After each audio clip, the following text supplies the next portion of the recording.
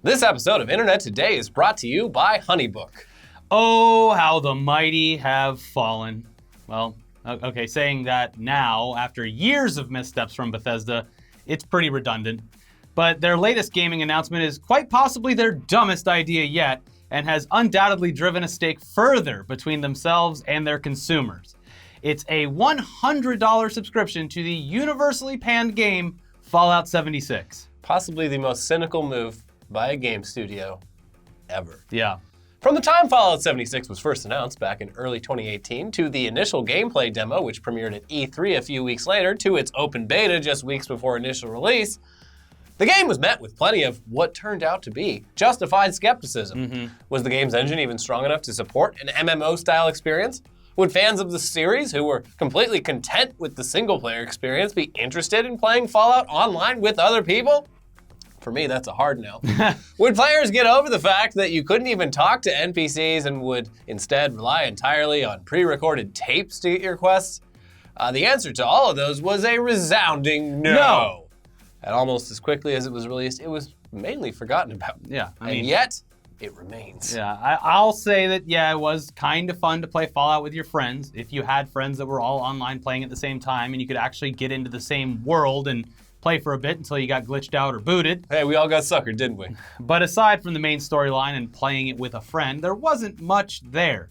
And it was horrifically ugly for a AAA game that was released just 1 year ago. It honestly seemed, I was surprised that it was just released last year. It feels like so long ago now, but time these days is irrelevant.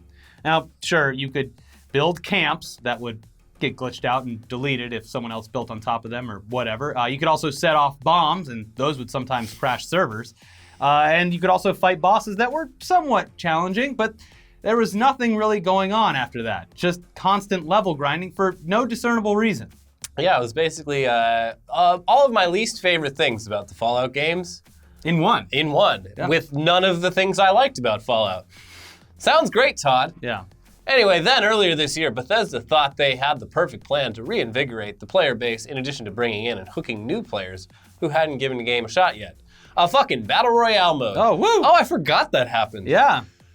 All right, thank you, great Bethesda gods. You sure know how to read a room. Congrats. Now, alongside the Battle Royale mode that no one asked for, they announced that human NPCs would be coming to the game, a feature that was actually, unsurprisingly, delayed until at least next year. And that you could play it for free! Oh, hooray! What a great idea. Thanks, Todd. Well, for free. Yeah. But instead of doing the one thing that could have actually saved the game, filled its dead worlds with actual players and potentially kept players around, Bethesda decided not to make the game free to play, and instead simply offered 1 free week. Yeah, they'll get hooked in that week, and then they won't be able to stop. We got them. It hasn't worked yet. No. But maybe this time. Yeah, not even like a free week every month or something. Just 1 free week was all they thought was needed to bolster its constantly dwindling community of active players. Just the shot in the arm that this game needs. Thank you, Todd and team. Well, now they've taken bad ideas to a level that we never thought possible. Instead of learning from their laundry list of mistakes, they've dug their heels into that radioactive dirt from which they built this game upon and decided to unleash a ridiculous, if not actually offensive, subscription model for the game that is so expensive, we honestly can't even imagine that it will help save the company's finances even if their most hardcore players actually all bought it. Yeah, if business proposals could be considered slurs, This would be one. Yeah. They're calling this new subscription model Fallout First. They should call it Fallout Thirst. They're thirsty for money. They are very thirsty. They need it. Anyways, here's the pitch. Fallout First is available right now, and it's a premium membership that offers something players have been asking for since before launch: private worlds for you and select friends. In addition to this huge feature, Fallout First also includes a host of exclusive items and membership bonuses. I like how they were just like, people have wanted this since before the game was announced, and by God, we got around to it. Who are these people, Todd? Show me these people you speak of. And how many of them are actually left, considering they were complaining about it before launch? So anyway, those bonuses? Yeah. Well, the big one is the previously mentioned private worlds, which are just private servers for you and your friends. But aren't all worlds semi-private when barely anyone is playing the game? I guess. It's kind of, you log in right now, You're There's a on your own. decent chance you're going to get your own private world for free. With no one to mess with it. You also get unlimited storage for crafting components in your own new scrap box container.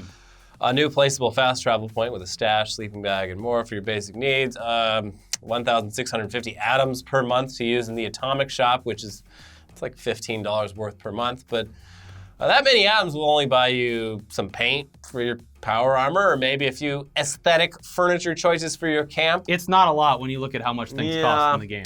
An exclusive ranger armor outfit and some exclusive icons and emotes. Wow, yeah, all these cool exclusive bonuses are, of course, reliant on anyone else actually, seeing how you've used them and being impressed by it. My lord, look at all the money this man has spent. That would require a player base. Yeah. If you build a cool camp and wear an exclusive outfit, but no one's around to see it. Did it even happen? And does anyone give a shit? I don't know. There's probably trees falling in the Fallout woods all the time that I don't know about. Now, here's where it gets even more ridiculous, because if you actually want to fully embrace this new, cool, exclusive membership, you're gonna have to cough up a ridiculous amount of money for a game that you've already probably wasted $60 or more on. A month-to-month membership to Fallout First, that's gonna cost you $13 a month, which is about as much as Netflix and more than double the rate for Disney+. I know it's not comparing it to games, but it's a lot. And it's very close to a monthly membership to World of Warcraft, which is a game that's proven itself to be somewhat worthwhile to its player base over the 15 years that it's been released. Even though Blizzard is currently embroiled in controversy for bowing to China, their membership service kind of makes sense when you look at what you're getting for it, I guess. Not for me, but for some people. I'm the weird one, I guess. But wait, hold on. You can actually save a little cash here by just blindly buying a year of Fallout First in advance for the low price of $100. Oh, yeah. How could I not? Why would you go month to month when you've got such an amazing deal right there? Yeah. I mean, you're technically throwing money away. Yeah. Why not? Wow.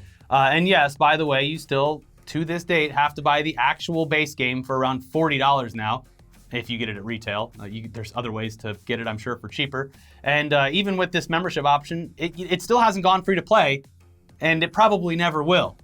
So that's if you're like, oh man, finally it's time for me to dig into Fallout 76, see what all the hype is about, prove everyone wrong. There's no one here. It's almost as if a bunch of atomic bombs were detonated and all human life was extinguished. So if you wanted to start from scratch and do the membership, that's $140 right out the door. Well, sign me up, Todd. No. So why would anyone buy this, and what the hell is Bethesda thinking?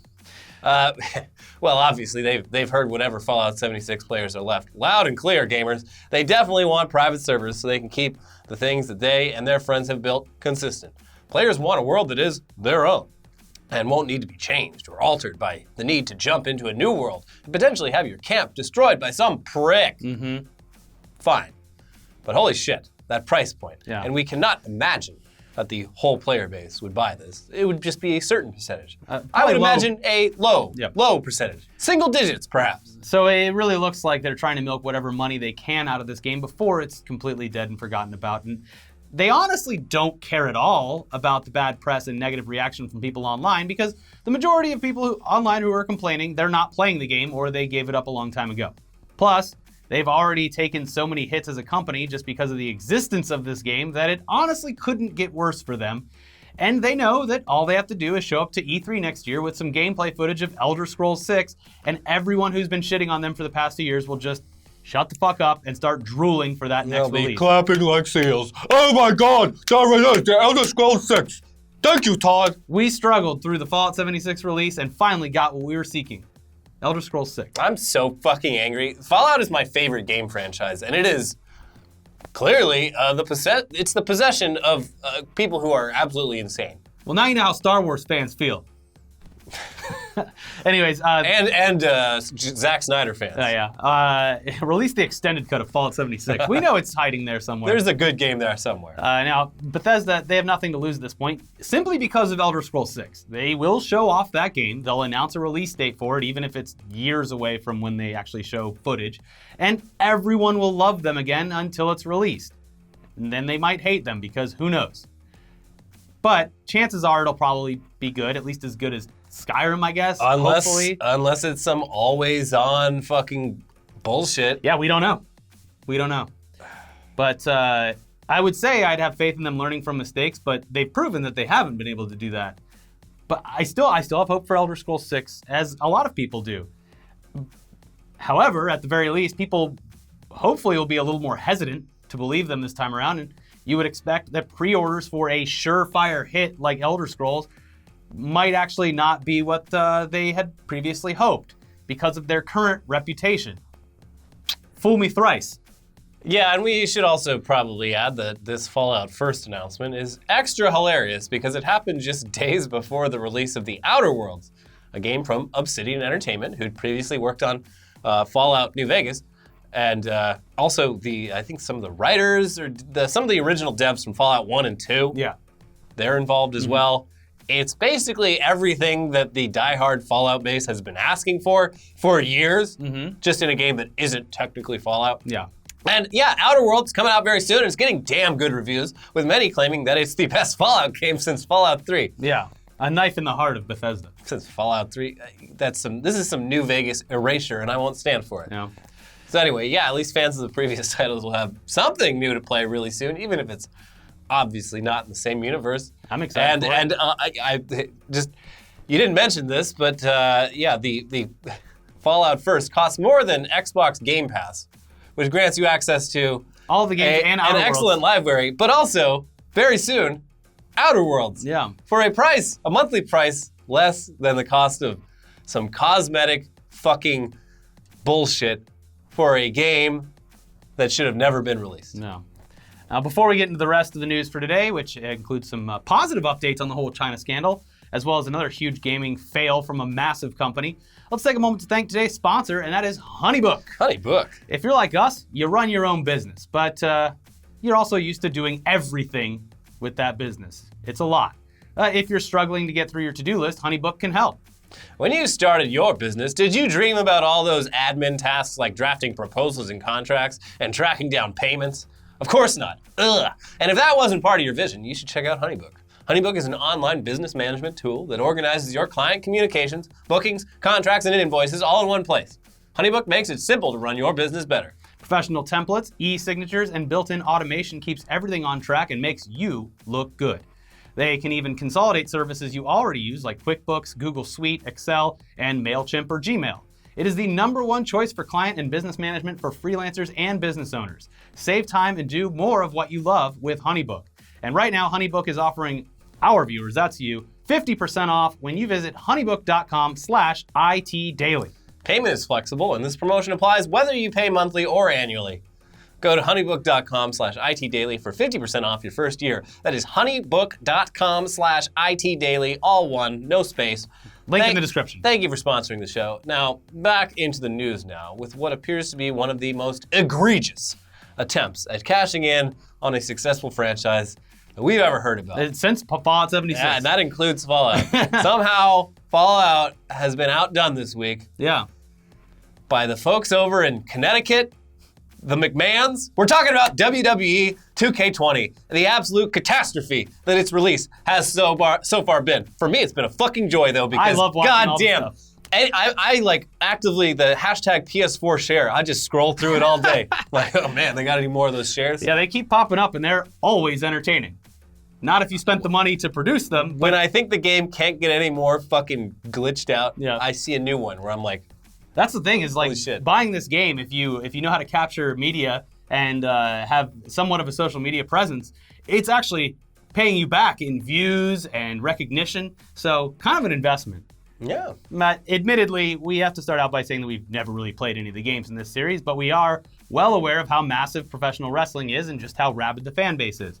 So it's no surprise that everyone is pretty upset with how the once great gaming franchise, which is based on the sport's biggest brand, has completely fallen off the deep end in terms of quality.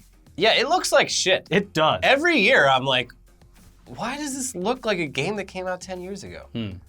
It's weird. Yeah. So yeah, there are certainly no shortage of examples as to just how completely broken this game is, and there's of course a very neatly compiled list filled with links that show proof of its numerous shortcomings.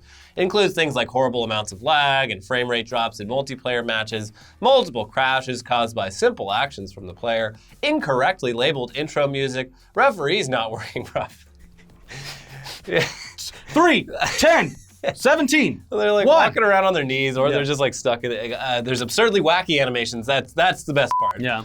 Bad physics, very, very bad physics. Bad camera angles, general gameplay glitches, and of course the fact that the graphics in general look like they're from a game that came out 10 years ago, even though the previous year's titles were constantly improving. Yeah. It looks worse than the game that came before it. Yeah. How can this be? Well, it's this is like, as far as I know, like I said, haven't been following the franchise all that much. This is the worst thing that's happened since they first introduced the facial scan, where everyone was basically creating monsters. That shit was great. Yeah. I loved that. So why is this happening? Shouldn't a game that's been released on a yearly schedule like most other sports games be at the very least consistent, if not improving year after year? Okay, here's the deal. Up until this year, the game was being developed by the same company since 2013, a Japanese developer named Yuxco. They'd actually been doing wrestling games for far before that, but Yeah. they took over the 2K series, or what happened with THQ. Listen, they started 2K whatever in 2013. Earlier this year, news broke that Yuke's would be developing their own pro wrestling game with no affiliation to their WWE franchise games. And back in early August, just about 2 months or 2.5 months before WWE 2K20 was scheduled to be released, it was announced that Yuke's would no longer be involved in the development of that game at all. So obviously a big hiccup. Yeah, so as a result, 2K had to offload the entire development of WWE 2K20 to their in-house development studio, Visual Concepts, with what we can only assume was that 10-week window to finish everything so that they could still hit their scheduled release date.